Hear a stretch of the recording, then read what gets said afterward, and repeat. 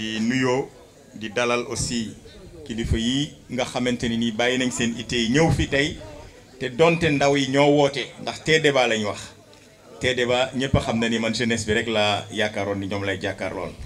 grand Mame Lay Sall maa ngi lay nuyu bu baax di la jaajëfal merci beaucoup.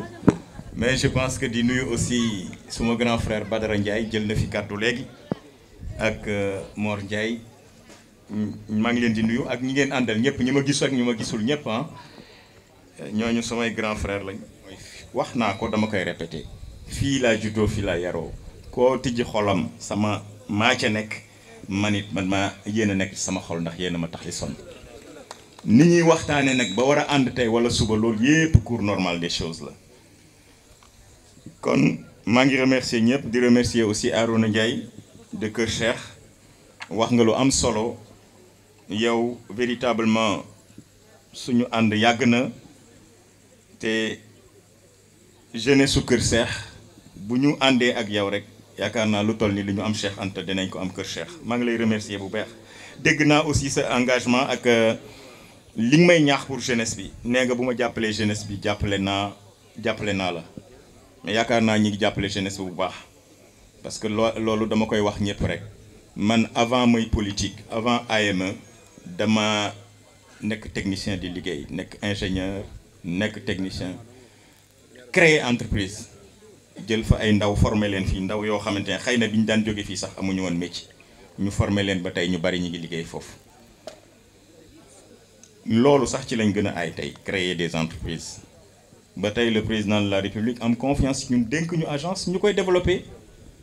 te yaakaar naa tey ku nekk yaa ngi gis liggéey bi ci biir loolu aussi yaakaar naa tey ci durée bu gàtt bi ñu fa nekk 20 contrats à durée indéterminée signé nañ ko ay doomu Jurbel lu leer. je parle bien et je pèse bien mes mots ay contrats à durée indéterminée laa wax. loo xamante ni nii ma nekk fa nekkuma fa ma jóge fa bu ma bàyyi woon politique ñoom danañ continuer di tedd ci lool mais suñu yéene mooy fexe ba Diourbel yépp jeunesse bi yépp daj te c'est bien possible bariwu leen de ci état bariwu leen ci opportunité yi politique mën a joxe doo leen ci dara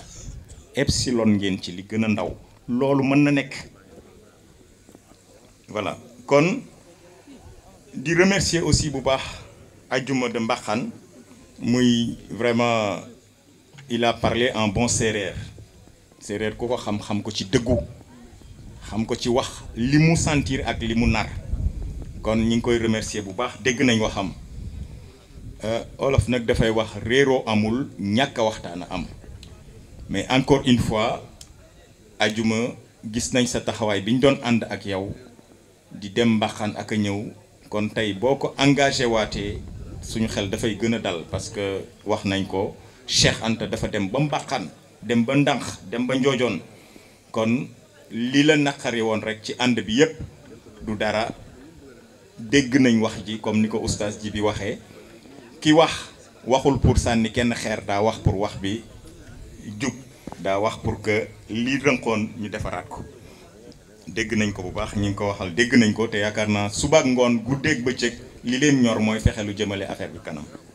danañ ci gën a bàyyi xel bu baax.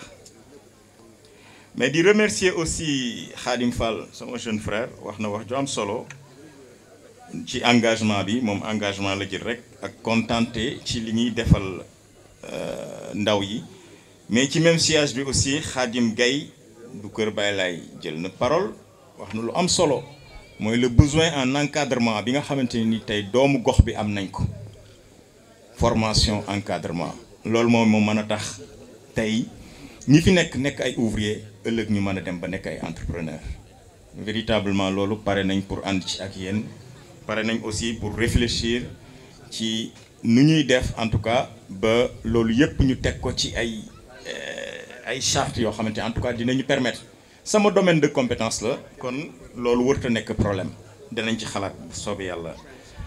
ci même siège bi aussi je pense que wax na lu rafet ci Khadim Tall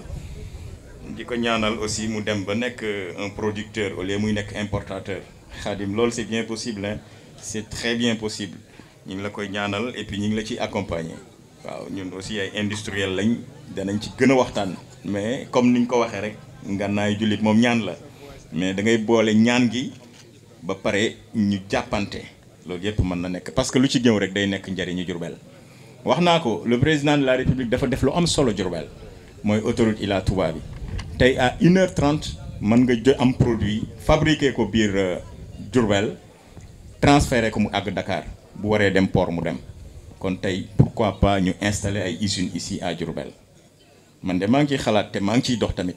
am naa ci ay projet aussi xam naa ni ci fan yu ñëw dinañ ko mën a officialiser.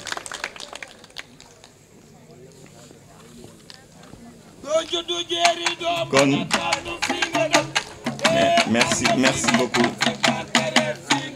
merci beaucoup ñu rak muy entrepreneur aussi véritablement comme ni mu ko waxee ñuy daje à Dakar muy représenter dignement les jeunes entrepreneurs de Diourbel Momar dégg nañ sa engagement et puis pare nañ pour gën a jàppante pare nañ aussi pour que modèle de jeune boobu ñu reproduire ko ci jeunesse su Diourbel bi yépp. Alors le jeune Moustapha Gueye m'a interpellé ci wàllu nu ñuy def ba gën a jege ñante ak population bi c'est important waaye leneen li ma laaj moom mooy lan la DG Saer di xaar ci ndaw ñi xam nga lu may xaar ci ndaw ñi mooy ngeen jege ñeel ma ak population bi maanaam sa préoccupation li nekkoon sa occupation tey moom mooy nekk réponse bi ngeen fexe ba ma jege ñante ak population bi ci nan wax nañ ko léegi da ngeen a bëgg ma nekk ci kaw di gësëm ngeen téye échelle bi ci suuf waaye nag mënuma nekk ci kaw di gësëm ba pare nekkaat ci suuf aussi di téye échelle bi dafay am ñu may téyel échelle bi ma nekk ci kaw di gësëm tey li leer ba leer mooy kër goo fi gis mu jag ka ko yor yeewoowul njaareem wala du fi nekk di fa yeewoo chaque jour faaw mu am yeneen occupation yoo xamante ni dina dem sori man li ngeen di daj fii di ko fi dund man dund naa ko fi ba pare ku fi nekk ndaw rek fi nga jaar naa ko da ngeen a am jot a toog fii tey mais man fi laa nekkoon mais tey incha allah xam ngeen lu ma bëgg yéen ñëpp ngeen am ay liggéey sama antenne yi bu pare ñenn ñi ma yóbbu leen ba Kédougou ngeen dem liggéey yi mais pas ngeen toog fii di teg ay ataaya ak baraad bu boobaa soriwu leen population bi de bëggu leen a sori population bi mais population bi loolu la ñuy xaar ci yéen ngeen dem wuti indi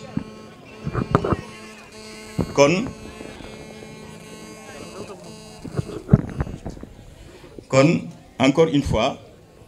li may xaar ci ndaw ñi mooy ngeen nekk tey samay bouclier xam ngeen bouclier mooy koo xamante ni moom mooy dox sama diggante ak lépp loo xamante ni problème la fu ma war a taxaw bu ngeen fa taxawee ku nekk taxawee jëmu Saer du tere nag comme ni ma leen ko defalee nii wax naa leen ni sama je suis disponible ci seen disposition la nekk loo leen soxla pare naa pour ànd ci ak yéen la preuve tey bi ngeen nee ma da ngeen maa soxla tee débat dama bàyyi sama ité yëpp ñëw toog ak yéen suba boo leen ko soxla waatee ma ñëw ànd ak yéen ak foo leen ko mën de soxla bu subaa boo leen ma woowee Jàmmagën ma ñëw toog ak yéen waxtaan ngeen woo ma Kër Yelli ngeen woo ma Pikine ma ñëw toog ak yéen mais nag yàlla moo def tey jot boo xamante ni nii damay xëy di fi yeewoo chaque jour loolu moom yàlla defalaguma ko xëy na mën naa am tôt ou tard sax bu ma retraité ma ñibbi si toog njaare mais loolu moom amagul kon encore une fois du tere lu fi xew muy bànneex muy naqar ndax ñaar yooyu ñoo ànd dinañ jël suñu tànk bu ñu fi nekkee teewe ko bu ñu fi nekkul it dinañ ko wëraat dabal ko te yaakaar naa ni ñëpp comprendre nañ loolu kon àdduna bi noonu rek lay demee population bi nag li ñuy wax rek jege ci ay bët jege ci xol moo ko gën man daal jàpp leen ni yéen fii laa leen def yéen a ngi sama biir xol kon jege ñaante naa ak yéen.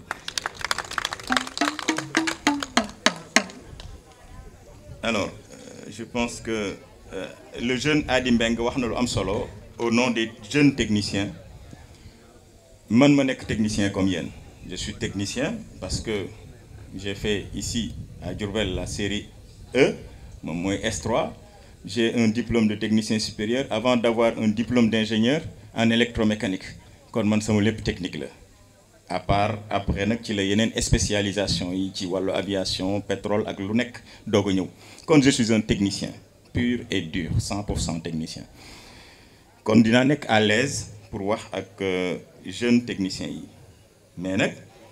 olof dafay wax ni koo xamul jàngoro mënoo ko faj organisez-vous venez me voir ngeen tegal ma seeni doléance ma xam ñan ak ñan la, parce que vous me parlez des jeunes techniciens, ma xam profil yi xam exactement nan lay def pour man leen a jàppale. Parce que au-delà de l'AME maa ngi jàppale ay jeunes yoo xam ne ay techniciens lañ di leen insérer ci yeneen boîte muy Senelec muy feneen ak feneen, mais il faut que ma xam ko. kon yéen a war a ñëw vers moi indil ma seen cahier de doléance, indil ma seen organisation, indil ma seen ay profil pour ma xam ko. bu ngeen demee ba am ay problème au stage véritablement c'est parce que man xaw ma ko, mais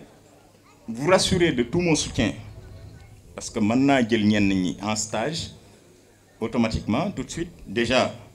wax nga ko dafa am ñoo xamante ni defuñu mémoire, mais mën naa la garantiral ni tey au moins je peux prendre 10 personnes en stage pendant plusieurs mois, et chaque stage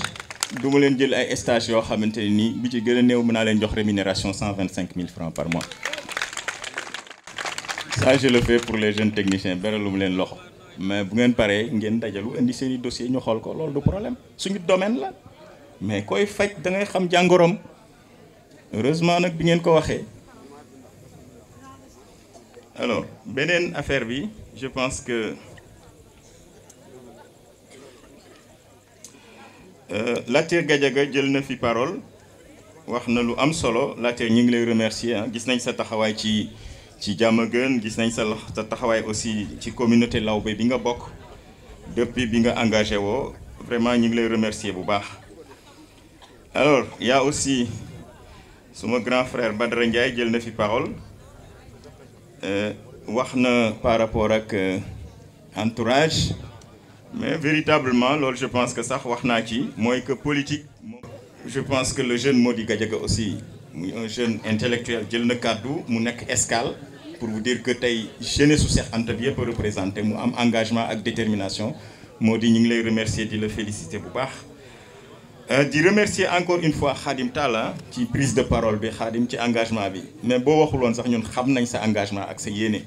parce que li may def ngay def, damay dimbali ndaw ñi, yaa ngi dimbali ndaw ñi. Kon engagement bi daf ñuy permettre rek ñu gën a jaxasoo, gën a jàppalante. maa ngi lay remercier bu baax,